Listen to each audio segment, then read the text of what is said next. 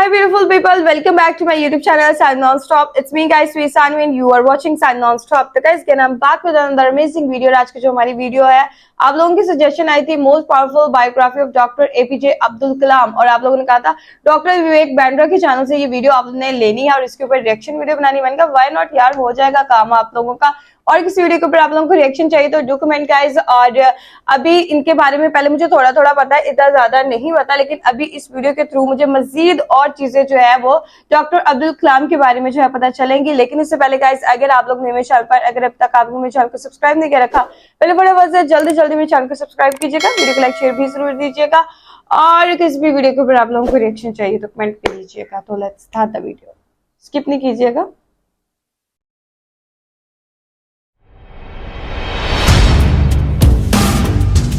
बड़ा बिजनेस। अच्छा। सपने वो नहीं है जो नींद में आते हैं, सपने तो वो हैं जो नींद आने नहीं देते हैं। इंतजार करने वालों को उतना ही मिलता है जितना कोशिश करने वाले पीछे छोड़ के चले जाते हैं। करता रहे तू इंतजार, बन जा आलसी, कुछ नहीं मिलेगा। नमस्कार, मैं Vivek Bindra, founder and CEO बड़ा बिजनेस.com। खड़ा हो गया हूं रामेश्वरम के उस मल्लाह के बेटे, उस मल्लाह के बेटे जिसके एक कान में गीता के श्लोक गूंजते थे और दूसरे कान में डार्विन के सिद्धांत। नाव पे तीर्थ यात्रियों को रामेश्वरम के मंदिर लेके जाया करते थे और जब तीर्थयात्री रामेश्वरम मंदिर की परिक्रमा करते थे उतनी देर बैठ के ये फिजिक्स के सिद्धांत पढ़ा करते थे।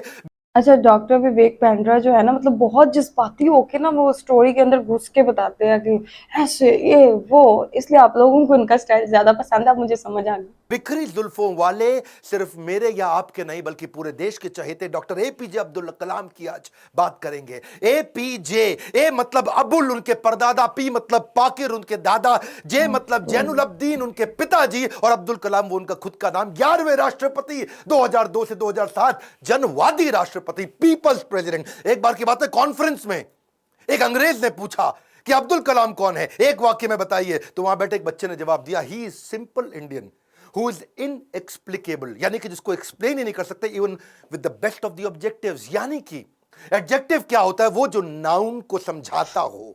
संज्ञा की विशेषता को विशेषण बोलते हैं। दुनिया के सारे विशेषण लगा दो पर उनकी विशेषता को परिभाषित नहीं किया जा सकता। ऐसे थे अब्दुल कलाम। एक बार किसी बच्चे ने उनसे पूछा सफल होने का क्या मंत्र है, बोले 4 चीजें करनी है, 4 बातें।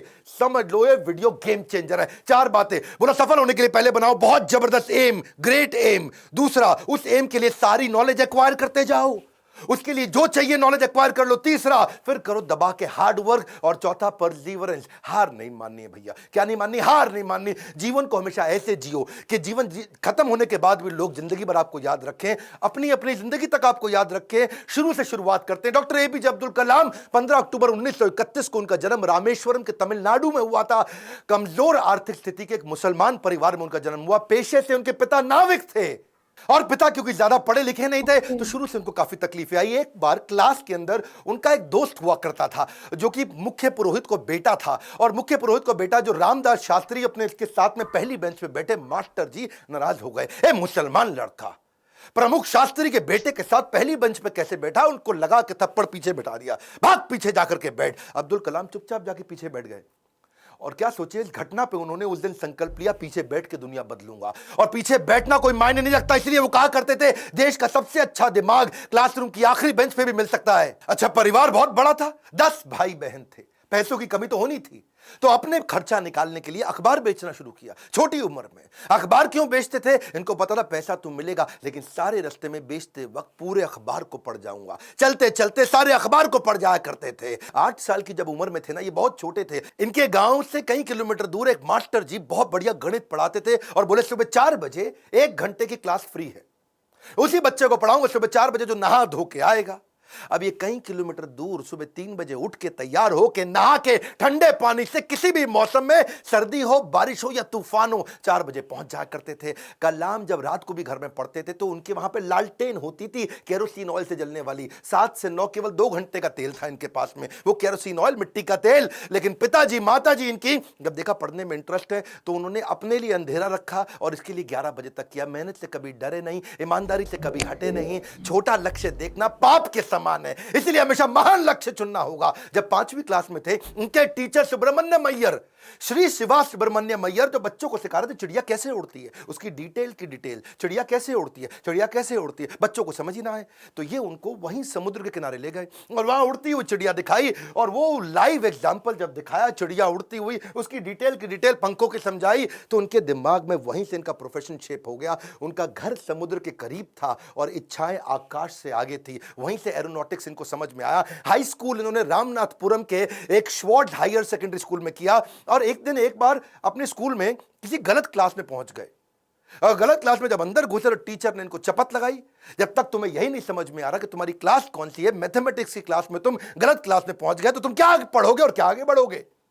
और वहीं इन्होंने इतनी पढ़ाई करी मैथमेटिक्स में कि 100 में 100 नंबर ले आए। टीचर भी हैरान हो गया, अगर तुम सूर्य की तरह चमकना चाहते हो तो पहले सूर्य की तरह चलना होगा।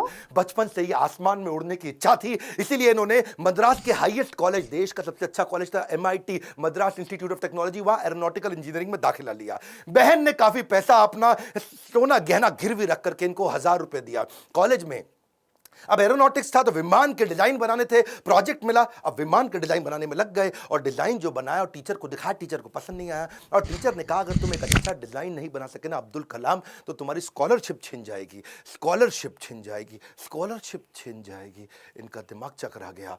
टीचर की ये बात सुन के पांव के नीचे जमीन खिसक गई। 1000 रुपए बहन ने गिरवी रखे, मुझे गहने अपने दिए थे, और इन्होंने टीचर से कहा मुझको 1 महीना दे दो, बहुत बढ़िया डिजाइन दूंगा। टीचर ने कहा कोई 1 महीना नहीं, 3 दिन मिलेंगे, 3 दिन।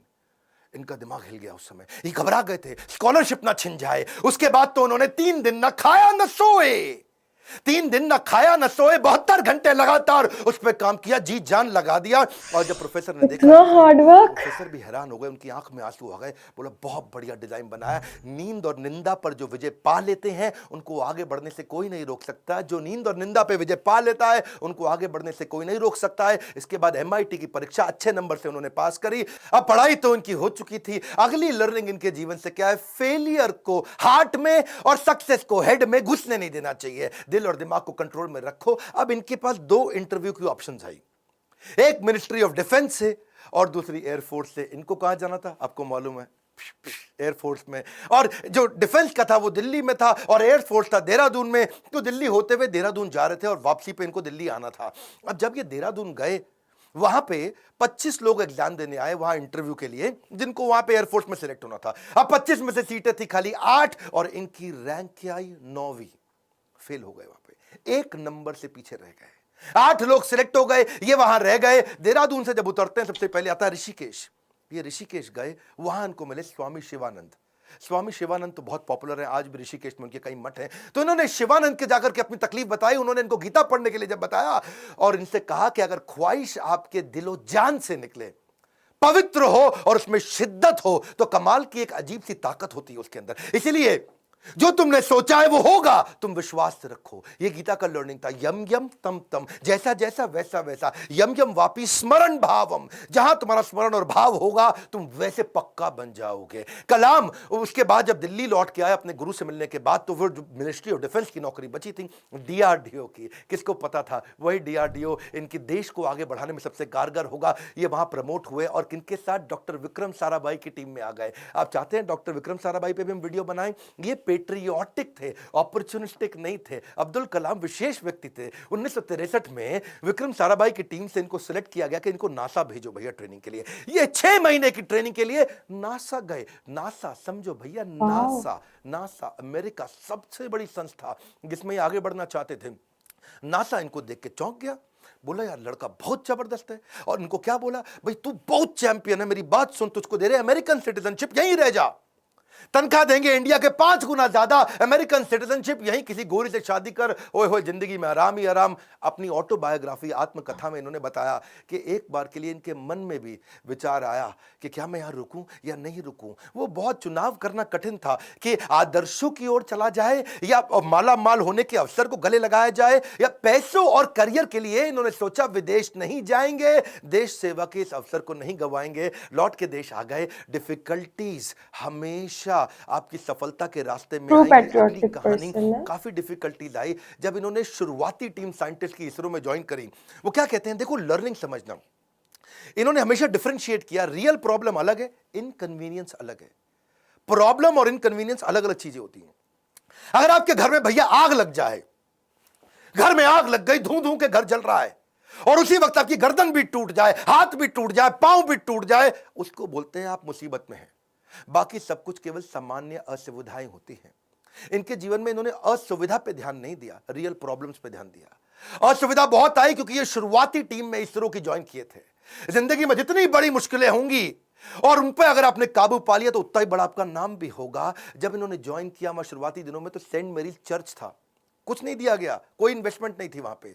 सेंट मेरीज चर्च को इन्होंने अपना ऑफिस बनाना पड़ा इनको। वहां सारे साइंटिस्ट इंजीनियर जो नासा से ट्रेन होकर आए थे वो चर्च में बैठ के ऑफिस में बैठे, और बीच पे उन्होंने समुद्र के किनारे अपना रॉकेट का लॉन्च पैड बनाया, और जो अस्तबल होता है या बल्कि कैटल शेड जो गौशाला होती है वहां की लेबोरेटरी बन गई। बिशप जो चर्च के फादर थे उनके घर को इन्होंने अपना वर्कशॉप बनाया। साइकिल पे और बुल्लक कार्ट समझते हैं, बैलगाड़ी है जी, धीरे धीरे चक्का चलता है, या खुद ही साइकिल पर रॉकेट रख रख के ले जा रहे थे। रॉकेट के छोटे छोटे पार्ट और सैटेलाइट, आज भी फोटोग्राफ्स हैं। सारी डिफिकल्टीज के बीच में इन्होंने पहला साउंडिंग रॉकेट 1963 में लॉन्च किया था।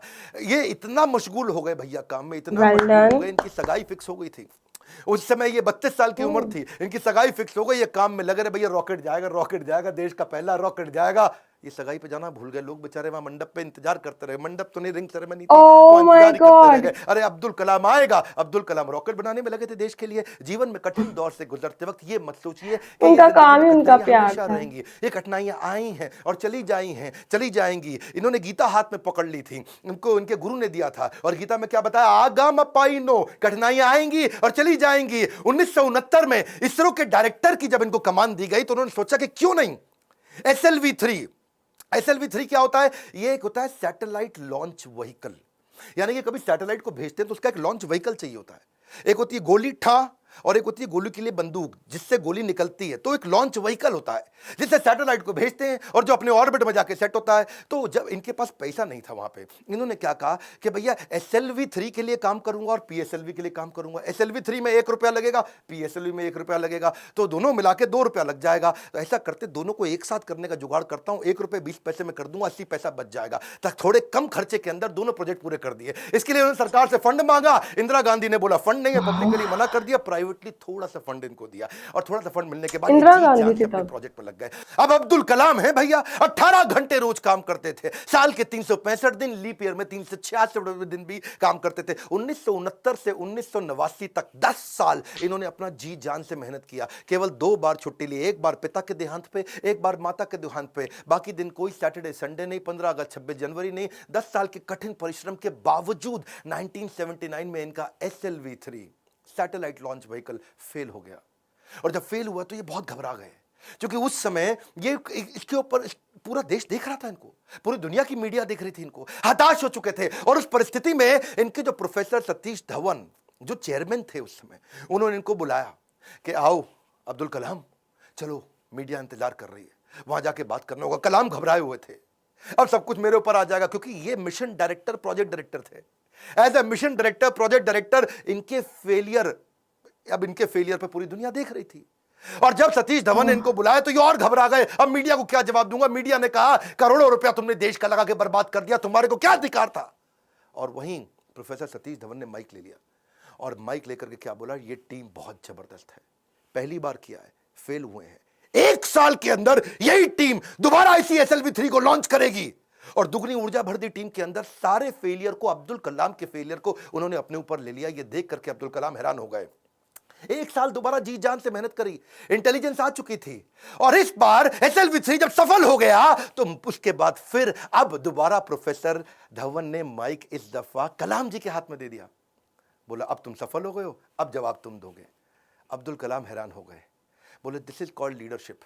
हाउ टू हैंडल सक्सेस ये सबको आता है, हाउ टू हैंडल फेलियर ये प्रोफेसर धवन ने सिखाया कि जब मैं सफल होऊंगा तो टीम को क्रेडिट दे दूंगा, और जब विफल होऊंगा तो सारा का सारा फेलियर अपने ऊपर ले लूंगा। इस बात से प्रभावित आगे चल के इंदिरा गांधी भी हो गई, और देखा क्या उन्होंने कि ये दोनों ने बहुत जबरदस्त काम किया। उन्होंने प्रोफेसर धवन को बोला मैं अब्दुल कलाम से मिलना चाहती हूं, इन्होंने अब्दुल कलाम को बोला आ जाओ भैया, इंदिरा गांधी मिलना चाहती हैं। वो बोले भाई मेरे पास तो कपड़े नहीं है, मैं चप्पल में फटी हुई घूम रहा हूं, मैं कैसे अब उनके आकर के मिलूंगा। तो उन्होंने कहा कि भाई डाउन टू अर्थ बंदा तुम ना। पहले से ही सफलता का सूट पहने हुए हो कलाम, तुमने पहले से ही सफलता का सूट पहना है, कपड़ों का सूट नहीं चाहिए। और उन्होंने जाकर के वहां जब इंदिरा गांधी से मिले, बड़ी प्रभावित थी। उन्होंने कहा कि अब तुम्हारे को डिफेंस में और काम करना पड़ेगा। इस समय चाइना भी, पाकिस्तानी भी, आजू बाजू सब लोग मिसाइल की तैयारियां कर रहे हैं, तुम मिसाइल बनाओ हमारे देश के लिए। और उसी समय अटल बिहारी वाजपेयी से भी उनकी पहली मुलाकात हुई। अटल से जब उन्होंने हाथ मिलाने के लिए आगे बढ़ा तो अटल इनसे हाथ नहीं मिलाए, अटल बिहारी जी इनको गले लगा लिए। इंदिरा गांधी मुस्कुराई, बोलिए ध्यान रखना अटल बिहारी जी, ये मुसलमान है। अटल बिहारी बोले, ये मुसलमान बाद में हैं, पहले हमारे देश के नागरिक हैं और हमारे देश के महान साइंटिस्ट हैं। अब्दुल कलाम उनको देख के बहुत मुस्कुराए।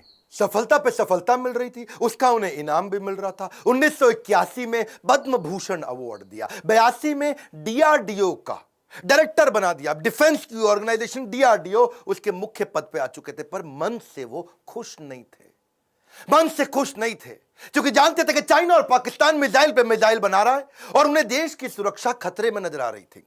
उस दौरान कमाल की बात देखो, अजीबो गरीब इमेजिनेटिव व्यक्ति थे अब्दुल कलाम जी। उन्होंने महाभारत को पढ़ना शुरू किया और महाभारत में बर्बरिक की कहानी सामने आई, उससे बड़े इंस्पायर्ड हुए। बर्बरिक की कहानी अलग सी थी। बर्बरिक कहते हैं कि उनके पास 3 तीर है और 3 तीर से वो क्या करेंगे, पहले तीर में सबको प्रोटेक्ट कर लेंगे, भाई किस किस को प्रोटेक्ट करना है, दूसरे में किस किस को अटैक करना है। मेरी बात समझना, पहले 2 तीर में क्या करेंगे, किसको अटैक करना है उन सबको डिसाइड कर लेंगे, उसके बाजू में किस किस को, सबको थोड़ी पूरा का पूरा शहर उड़ा दें। भाई जिसको प्रोटेक्ट करना है उसको सिलेक्ट कर लिया, जिसको अटैक करना है उसको सिलेक्ट कर दिया, तीसरे तीर में गेम ओवर, खत्म कर दिया। तो उनके पास 3 तीर थे। वहां सोचे यार ये तीर किसको प्रोटेक्ट, किसको अटैक, कैसे जाना है, किधर किधर जाना है, बड़ा गाइडेड तीर है। वहां से उन्होंने इंटीग्रेटेड गाइडेड मिसाइल प्रोग्राम तैयार किया कि क्यों नहीं कोई ऐसी मिसाइल बना दे कि आदमी लेफ्ट भागे तो मिसाइल लेफ्ट चली जाए, आदमी राइट भागे तो मिसाइल राइट चली जाए, और जिस टैंक को उड़ाना है वो टैंक आगे निकल गया तो मिसाइल आगे चली जाए। गाइडेड मिसाइल कैसे बनाए, बर्बरीक के उनको इस प्रसंग से इमेजिनेटिव थे। एक इंटरव्यू में बोले कि भगवान कृष्ण के सुदर्शन चक्र से सीखने को मिला। भाई भगवान कृष्ण का सुदर्शन चक्र बड़ा रिमोट कंट्रोल्ड होता है। भाई कृष्ण ने चक्कर छोड़ा और सामने वाले के पास जाके पहले चक्कर रोक दिया, जितनी देर पहले बातचीत करनी है बातचीत कर लिया, चक्कर घूमे जा रहा है, और जब बोलते खत्म करो अटैक करो तो चक्कर मारा उसको और वापस आ गया। तो बोले यार ये बड़ा सिस्टम है, बड़ी एडवांस टेक्नोलॉजी थी। तो वहां से उनको इंटीग्रेटेड गाइडेड मिसाइल ये मॉडल उन्होंने शुरू किया और उसके बाद उन्होंने एक के बाद एक मिसाइल की झड़ियां लगा दी। देखो, who dare to imagine the impossible are the ones who will break all human limitations. Imagination के बारे में वो हर कॉलेज में लेक्चर दिया करते थे। 1985 में उन्होंने त्रिशूल नाम की मिसाइल लॉन्च करी, फिर उन्होंने पृथ्वी लॉन्च करी 1988 में। 89 में अब अग्नि के पीछे लगे हुए थे। उन्होंने आकाश भी कर दिया, नाग भी कर दिया, अग्नि नहीं होती थी उनसे, अग्नि में बार बार फेल हो रहे थे। अग्नि मिसाइल ये बड़ी इंपॉर्टेंट प्रोजेक्ट था, लेकिन देश भर में अब लोगों ने क्वेश्चन करना शुरू कर दिया। लोग अपने अपने हिसाब से इसका अलग अलग मतलब निकाल रहे थे, भाई क्यों फेल हो रहे हैं। अमूल ने तो वहां पे एक एड लगा दी और अमूल कहता है जी अग्नि मिसाइल के अंदर तुम्हारा पेट्रोल कम पड़ जाता तो अमूल का बटर डाल लो। लोगों ने मजाक बनाना शुरू कर दिया और बार बार लोगों के सवालों के कारण ये बहुत सीरियस थे। और उसी 89 के एंड आने से पहले पहले इन्होंने अग्नि को भी सफल बना दिया। बार बार असफल होने पर भी उत्साह न खोना ही सबसे बड़ी सफलता है। बाकी सारे शक्तिशाली देशों को वो देख रहे थे, वो मिसाइल लॉन्च कर रहे थे, दूसरे महाद्वीप पे कैसे अटैक कर सके, इंडिया से मिसाइल छोड़े यूरोप तक पहुंच सके, अमेरिका तक पहुंच सके, दूसरे महाद्वीप तक पहुंच सके। सब लोगों ने बड़ी तैयारी करी। इन्होंने 89 में अग्नि को जब लॉन्च किया तो रशिया, यूएस, चाइना, फ्रांस और यूके के बाद भारत छठा देश था जिसने इतने पावरफुल मिसाइल्स बनाए। मेरी बात समझिए, दुनिया भर के 250 देशों को पीछे करके अब्दुल कलाम थे जिन्होंने भारत को छठे रैंक पर लाके खड़ा किया। हाँ, ये कहते थे मिसाइल यूज नहीं करना है, लेकिन विराट रूप तो दिखाना है ना अपना। 10वें अध्याय के बाद जब भगवान कृष्ण ने देखा कि अर्जुन उबासी ले रहा, अर्जुन सीरियस नहीं ले रहा, तो मैं विराट रूप दिखाऊं। और जब कृष्ण ने विराट रूप दिखाया, कृष्ण ने मारा नहीं, किसी को विराट रूप दिखाया, अर्जुन एकदम लाइन पे आ गया, बात समझ आ गई बात। इसीलिए कभी कभार बाजू का पाकिस्तान, चाइना जब आंख दिखाए तो विराट रूप दिखा दो, थोड़ी मिसाइल छोड़ देंगे, विराट रूप दिखा दो, अपने आप लाइन पे आया, समझ आ गया, वापस आ जाओ, सॉरी। तो ऐसा अब्दुल कलाम जी ने स्ट्रॉन्ग बनाया। उनकी मेहनत 1993 में और रंग लाई जब पीएसएलवी को भी उन्होंने सफल कर दिया। आज वही कलाम जी की देन है कि पीएसएलवी से हमने 10 रुपए किलोमीटर के कम खर्च पे भी मंगल तक सफर पूरा कर लिया जी। 2014 में हॉलीवुड की मूवी में जितना खर्चा था उससे कम के अंदर तो हमने मंगल का सफर कर लिया।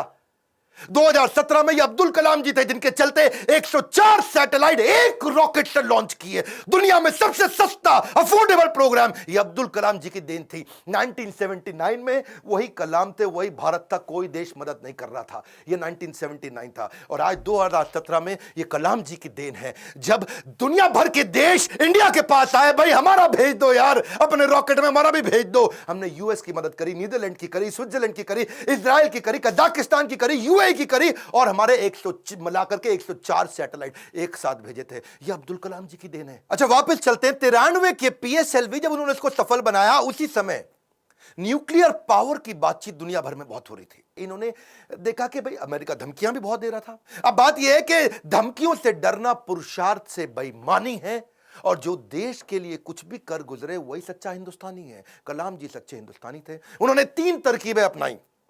पहली, जितने भी अपने साइंटिस्ट हैं उनको आर्मी की वर्दी में डाल दो। सैटेलाइट को समझ ही ना है कि भाई ये तो नॉर्मल आर्मी घूम रही है, ये कोई साइंटिस्ट थोड़ी है, ये तो नॉर्मल आर्मी है। पहला।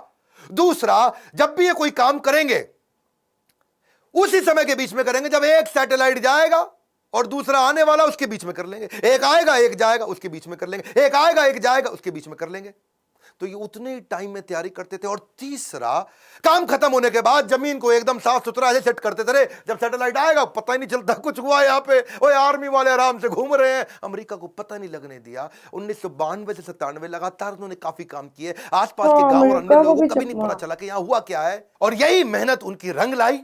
1998 में भारत ने ऑपरेशन शक्ति के नाम से परमाणु परीक्षण कर दिया, चुपचाप कर दिया। आज इन्हीं प्रयासों से भारत परमाणु समृद्ध बन पाया है। 5 देश थे उस समय में, फ्रांस था, यूएस था, रशिया, यूके और चाइना। ये 5 देश थे। हमें किसी से दिक्कत नहीं थी, हमें चाइना से दिक्कत थी, क्योंकि चाइना चुपचाप उस समय पाकिस्तान को भी परमाणु शक्ति दे रहा था। वो तो आपको पता ही है जी, है वो तो उसका नाजायज, मैं जरा नहीं बोलूंगा। तो उसके चक्कर में, पाकिस्तान और चाइना के चक्कर में यहां इंडिया ने काम पूरा कर दिया। उनके लगातार प्रयासों के चलते 1997 के अंदर उनको भारत रत्न दिया गया। 41 साल तक उन्होंने भारत की सेवा करी। 1999 में वो रिटायर हुए। उन दिनों वाजपेयी जी एक्शन में चल रहे थे इधर।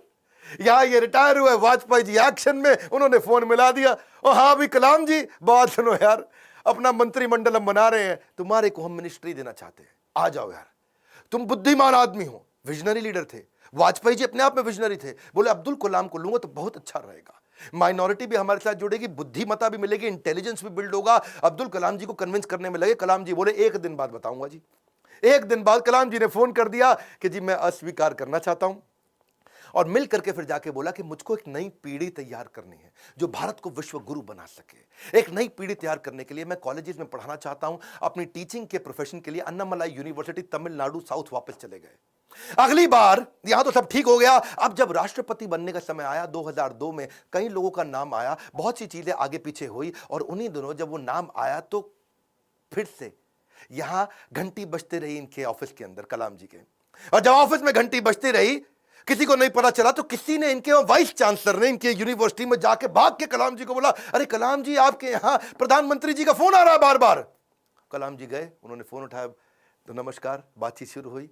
तो वाजपेयी जी ने कहा, देखिए एक रिक्वेस्ट करूंगा, अब मना नहीं करना, पिछली बार आपने मना किया था, अब नहीं करना। तो कलाम जी ने पूछा, कहिए क्या रिक्वेस्ट है। वाजपेयी जी बोले, हम आपका नाम देश का राष्ट्रपति बनाने के लिए रिकमेंडेशन देना चाहते हैं, आप हाँ कर दीजिए। अब्दुल कलाम जी मुस्कुराए और बोले 1 घंटे का समय दीजिए। 1 घंटे के बाद वो वापस गए। उन्होंने फिर फोन किया और स्वीकार कर लिया। बोला ठीक है, मैं इसके लिए तैयार हूं।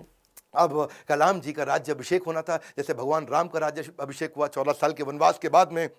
और भगवान राम जब वापस आए और उनका अभिषेक, तो अभिषेक के समय पर उनके भाई ने उनसे पूछा कि आप किस किस को राज्य अभिषेक में बुलाना चाहते हैं। तो भगवान ने बोला 14 साल में था नहीं, मेरे यहाँ कोई दोस्त है नहीं, और जो हमारे दोस्त थे उन सबको आप जानते ही हैं, आपने सबको इन्वाइट कर ही लिया होगा। और इतने में भगवान राम ने कहा, हाँ, पर इस वनवास के दौरान मेरा एक दोस्त बना था। वही शुरुआत के जो साल थे, उन दिनों एक नाविक हमें नदी पार कराया करता था, केवट। वो केवट ने हमारी बहुत मदद करी है, वो हमारा मित्र है। उस केवट को बुला के लाओ राज्याभिषेक में। और केवट को लाके सबसे आगे भगवान राम के उस राज्याभिषेक में बुलाया गया था। ठीक उसी प्रकार जब अब्दुल कलाम जी से पूछा गया कि अब आपका भी राज्याभिषेक हो रहा है, you are going to become president of India, और कलाम जी ने कहा, आपने जिस जिसको बुलाना था सबको बुला लिया है, मेरे 2 ही मित्र हैं। जब मैं साउथ में रहा करता था तो उस समय एक मोची जो मेरे जूते बांधने में फटे जूते होते थे, उसने मेरी बहुत मदद करी, वो मेरा मित्र है, उसको बुला लीजिए।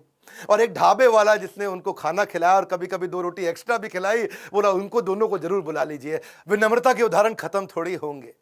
आमतौर पर जब व्यक्ति बड़ा होता है या राष्ट्रपति बन जाता है तो कहीं कहीं ट्रक लेकर के राष्ट्रपति भवन जाता है और कहीं मल्टीप्लाइड एक्स्ट्रा ट्रक लेकर के बाहर निकलता है। पर अब्दुल कलाम जी केवल एक मात्र ऐसे राष्ट्रपति थे जो 2 सूटकेस से भवन में गए थे और निकलते वक्त 2 ही सूटकेस लेकर के भवन से वापस आए थे। उनकी कुल संपत्ति में क्या था? कुछ नहीं था। एक रामेश्वर में उनका पैतृक घर जो उनके पिता ने बनाया था, 2500 उनकी किताबें, एक वीणा जिसको बजाने में उनको बड़ा आनंद आया करता था, वीणा बहुत बजाते थे, एक उनकी कलाई की घड़ी, एक सीडी प्लेयर जिसमें वो भजन सुना करते थे, एक लैपटॉप था, 6 कमीजें जिनमें 3 तो डीआरडीओ की दी थी, 3 उनकी खुद की थी, 4 पेंट थी टोटल जो 2 डीआरडीओ की दी थी, 2 उनकी खुद की थी, 3 सूट थे और 1 जोड़ी जूता। हाँ, लेकिन उनके पास खास बात क्या थी? 40 डॉक्टरेट थी। खुद पीएचडी की पढ़ाई कभी नहीं करी, कोई मेडिकल पीएचडी की पढ़ाई नहीं करी, पर जिस यूनिवर्सिटी जाते थे लोग उन्हें डॉक्टरेट देते थे। लॉ, इंजीनियरिंग, साइंस, कितनी तरह की doctorate, Padma Bhushan, Padma Vibhushan, Bharat Ratna, Veer Savarkar award, Ramanujan award, कई प्रकार के इनको अवार्ड मिले।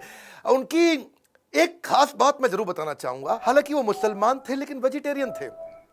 उनका बड़ा प्रेम था। एनिमल्स आर एंजल्स विद फर। पक्षी जगत पर्यावरण का सूचक होता है। कलाम जी क्या कहते थे? वो पर्यावरण का सूचक है और अगर वो मुसीबत में है तो समझ लेना कि अब हमारे भी बुरे दिन दूर नहीं है।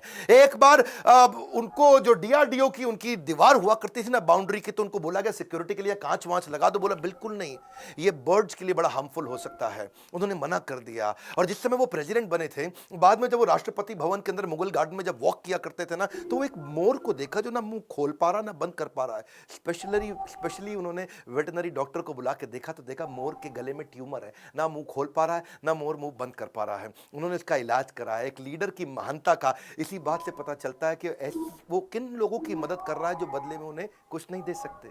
जब कोई लीडर ऐसे लोगों की मदद करता है जो बदले में कुछ नहीं दे सकता, वही एक महान लीडर की निशानी है। अच्छा, अब्दुल कलाम जी की एक बात मेरे दिल को छू गई। वो परिवारवाद नहीं राष्ट्रवाद में बिलीव किया करते थे। जब वो राष्ट्रपति भवन में थे, see he is a man of principle and therefore is always respected everywhere। उनके क्योंकि जो भाई थे ना, उनको बहुत प्रेम करते थे, बहुत प्रेम करते थे अपने भाई से, बचपन से ही प्रेम था। और उनके अपने सगे भाई का पोता दिल्ली के अंदर मुनीरका में किराए के कमरे पर रहा करता था। 2006 में जब कलाम ने एक दफा सारे परिवार को इनवाइट किया, क्योंकि उनका कोई परिवार वहां रहता नहीं था, वो राष्ट्रपति भवन में अकेले रहते थे, और जब एक बार उन्होंने सारे परिवार को बुलाया राष्ट्रपति भवन में, तो वो लोग 8 दिन तक रहे। और सारे परिवार, क्योंकि 10 भाई बहन थे ना, तो 52 लोग आए। और कलाम जी ने देखा बहुत खर्चा हो रहा है, तो उन्होंने चाय की प्याली तक का हिसाब रखना शुरू किया।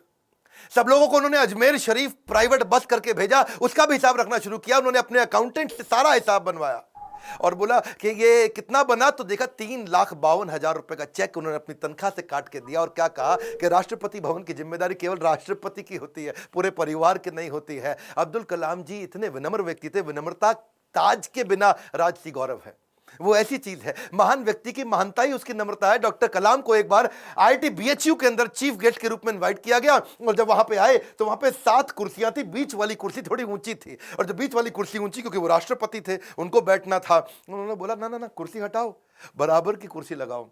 तो बोले नहीं सर, ये स्पेशल कुर्सी है हमारे चीफ गेस्ट के लिए। तो वो समझ गए कि चीफ गेस्ट कौन होते हैं भैया, जो एजुकेशन में महागुरु है वही है। तो उन्होंने वाइस चांसलर को बोला आप आइए बैठिए। वाइस चांसलर घबरा गए, बोला राष्ट्रपति आप हैं, you are the first person of our country, आप बैठेंगे। बोला बिल्कुल नहीं। फिर उन्होंने अपनी कुर्सी हटवाई, बराबर की कुर्सी पे बैठे। कलाम जी ऐसे थे, ईमानदारी एक जादुई गुण है। यदि आपका हृदय ईमान से भरा है तो शत्रु क्या पूरा संसार आपके साथ खड़ा है। कहते हैं कि कोई भी पैतृक संपत्ति, माता पिता की दी हुई कोई भी पैतृक संपत्ति ईमानदारी के बराबर आपको अमीर नहीं बना सकती। सबसे ज्यादा अमीर व्यक्ति वही जो ईमानदार है, पूरा संसार आपके साथ खड़ा है। कलाम साहब तो एवर यूथफुल थे। 70 साल की उम्र में youth icon of the year का अवार्ड उनको मिला। 83 वर्ष की उम्र में उन्होंने रिटायर नहीं किया, रिट्राई किया। He was not tired, he was inspired, he was not tired up, he was fired up। आंखों में रोशनी तो उनकी कम हो रही थी, पर युवाओं के भविष्य को रोशन करने में लगे थे। उनके शरीर के पांव के कदमों की गति कम हो गई थी, पर देश की समृद्धि की गति को बढ़ाने में लगे हुए थे। एक असाधारण, एक अनोखा, अस्वाभाविक, अलौकिक व्यक्तित्व के 2015 में हमेशा के लिए हमको अलविदा करके चले गए। और कहां गए? उसी IIM शिलोंग के अंदर आखिरी लेक्चर देते देते वक्त जैसे क्षत्रिय अपने युद्ध के मैदान में लड़ाई करते हुए वीर गति को प्राप्त करता है, ऐसे ही IIM शिलोंग के अंदर लेक्चर देने के बाद तुरंत वहीं लेक्चर देते वक्त जो कल था वो आज नहीं है, जो आज है वो कल नहीं होगा, वैसे ही इस ब्रह्मांड में दूसरा कोई कलाम नहीं होगा। स्विट्जरलैंड जैसा देश जो साइंटिफिक रिसर्च के मामले में 8वें पायदान पे आता दुनिया में, और जब वो 26 मई कलाम स्वयं जब उनके देश गए थे तो वही स्विट्जरलैंड उसको साइंस डे के रूप में मनाता है। यूएन उनके जन्मदिन को यूएनओ कहता है कि इसको हम वर्ल्ड स्टूडेंट डे के रूप में मनाते हैं। बन जाती है परिभाषा भारत के सम्मान की जब जब बात होती है श्री APJ अब्दुल कलाम की। अब्दुल कलाम जी रेस्ट इन पीस नहीं है बट रेस्ट इन मी है। अब्दुल कलाम जी आप लौट गए, आप कैसे आएंगे? अगर आप नहीं आएंगे तो आपके शिक्षा के रूप में तो आप हमारे साथ हैं। आज बड़ा बिजनेस भी, इतने सारे बिलियनियर, बहुत ही कमाल की, बहुत ही fantastic doctor APJ Abdul Kalam की ये बायोग्राफी थी। कसम से यार मेरा तो दिल खुश हो गया। इतने अच्छे इंसान, patriotic, loyal, down to earth बंदे, और उसके बाद जिसे कहते हैं ना इतने इंटेलिजेंट इंसान। बहुत ही मजा आया। ऐसी ऐसी वीडियो यार और सजेस्ट किया करो। आ जाएगी वीडियो देखे यार, इतना मतलब इतने अच्छे इंसान इस दुनिया के अंदर होते हैं, पता ही नहीं है। और एक चीज और, डॉक्टर अब्दुल कलाम के अंदर मैंने ये चीज देखी कि कोई भी मतलब ऐसा नहीं है कि ये इस रिलीजन का बंदा है, मैं इस रिलीजन का हूँ, ये है वो है। और इतनी बड़ी उनको USA के अंदर अपॉर्चुनिटी भी उन्होंने ठुकरा दी जस्ट बिकॉज ऑफ कि वो अपने मुल्क के लिए कुछ करना चाहते थे। ऐसे लोग कहाँ मिलते हैं यार। बहुत ही कमाल की, बहुत ही फैंटास्टिक आज की ये वीडियो थी। आप लोगों को कैसी लगी? लाइक, सब्सक्राइब और शेयर कर दीजिएगा। चलिए गाइस, मिलते हैं नेक्स्ट वीडियो के अंदर। Bye bye.